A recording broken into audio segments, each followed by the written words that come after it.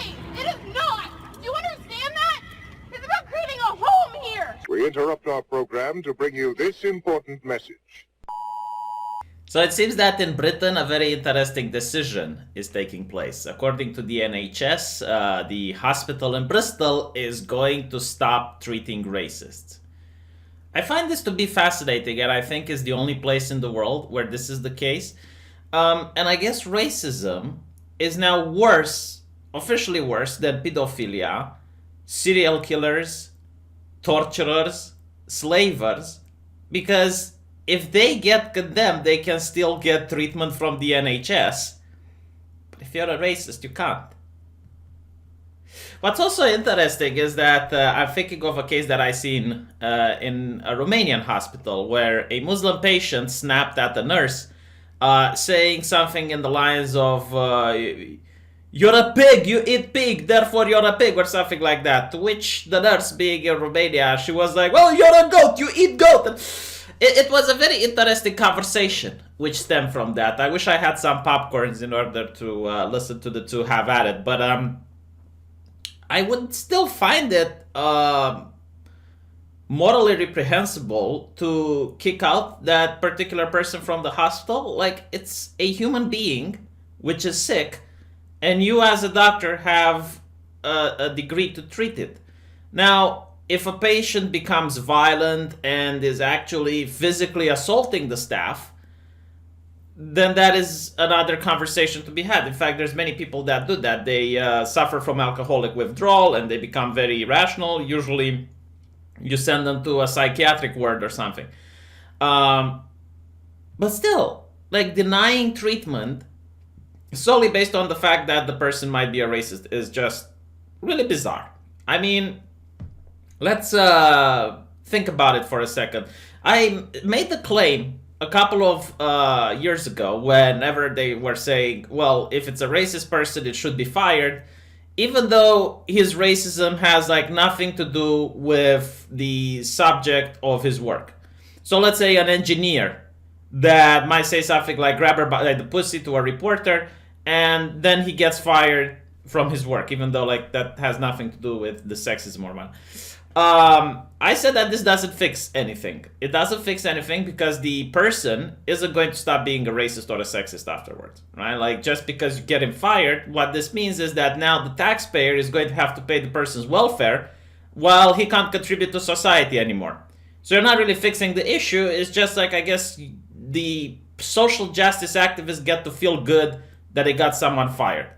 And even then, you're also punishing that person's parents and spouse, which have nothing to do with it, because now they're going to have to pitch in to make sure they pay for that person. But anyway, my point was that, all right, if we get racists fired, then why shouldn't we get racists out of a house? I mean, why should a landlord give a house to a racist? Why should we sell racist food? Why, and in this case, why should we treat racists? Being a racist seems to be like being excommunicated from society. This was the punishment in medieval time if you got excommunicated. Like, no one would do business with you anymore. No one would associate with you anymore. And this might be a weapon that is not going to only go towards quote-unquote racists. Because, for example, the abusive behavior covers racist or sexist language, gestures, or behavior. So I guess, the okay sign might now be used in order to deny someone healthcare. But here's my issue with it. All right, let's say this is a moral good. This is what you need to do. In that case, should racists be able to stop paying into the NHS? Like, why should the NHS receive blood money, receive racist dollars or pounds in this case? Aren't they like evil money? Why should the racist be forced to pay for the NHS if he's not going to get the treatment? There might be actual lawsuits based on this. Seriously, think about it. Maybe people could be like, I declare myself to be a racist, and since I don't get service from the NHS, therefore, I shouldn't be able to pay to the NHS. Very interesting. Like, someone pointed out that this is done to protect the immigrants which are going into Britain hospitals and stuff. And it's like, well, I don't know. To me, it's just like so bizarre. I've never heard any other country do this, like refusing to give healthcare to a patient based on, I guess, his political leanings, right? Because racism is an ideology, and therefore you can say that it's political. So apparently the trust chief executive Andrea Young said they wanted the staff to challenge and report racism. Yeah, but I don't think it's doctors' jobs to educate the patient. Like, imagine if this was a Christian hospital that would deny healthcare to Muslims, or they would deny healthcare to non-Christians.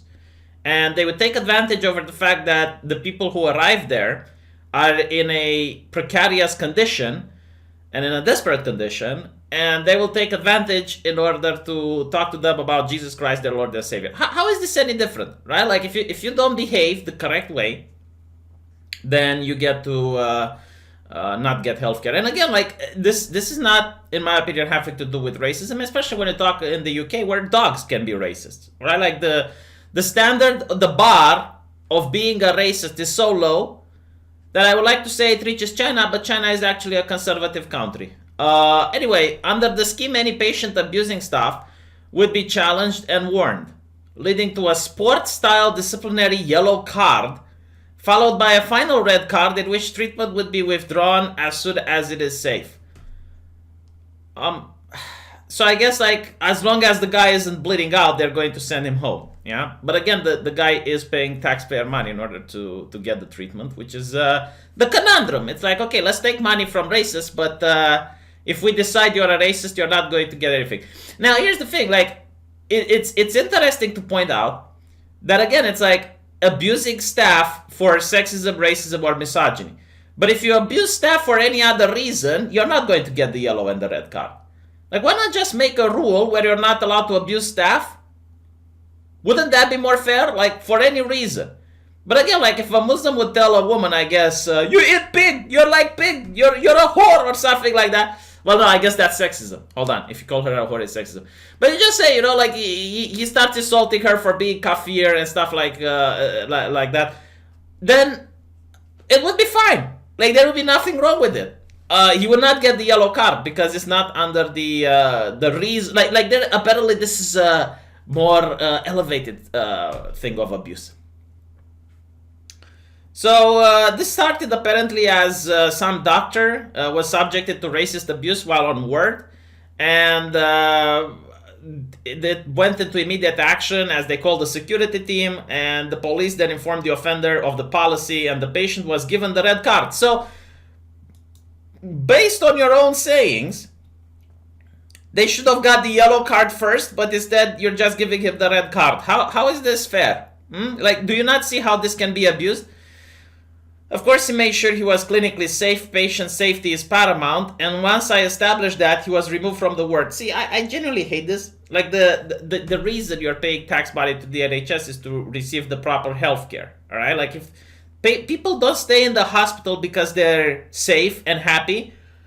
If he needed to be in that hospital for a couple more days and you're sending home, maybe when you're sending him home, he's fine, but his condition will worsen and he's going to need to come back. Anyway, we are seeing more racist incidents, but I think that's more to do with the trust of support workers who now report more incidents than they did before. Yeah, it's what I actually thought. You're just lowering the definition of racism, you know, to the point where a dog can be racist.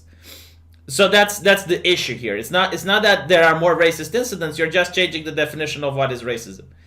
I think we probably had them before, but people weren't reporting anything. People were just taking abuse. Well, when you're a doctor, you're always going to take abuse. Imagine this, right? Imagine you have a family with a child which has a rare tumor. The child will die. There's nothing you can do about it.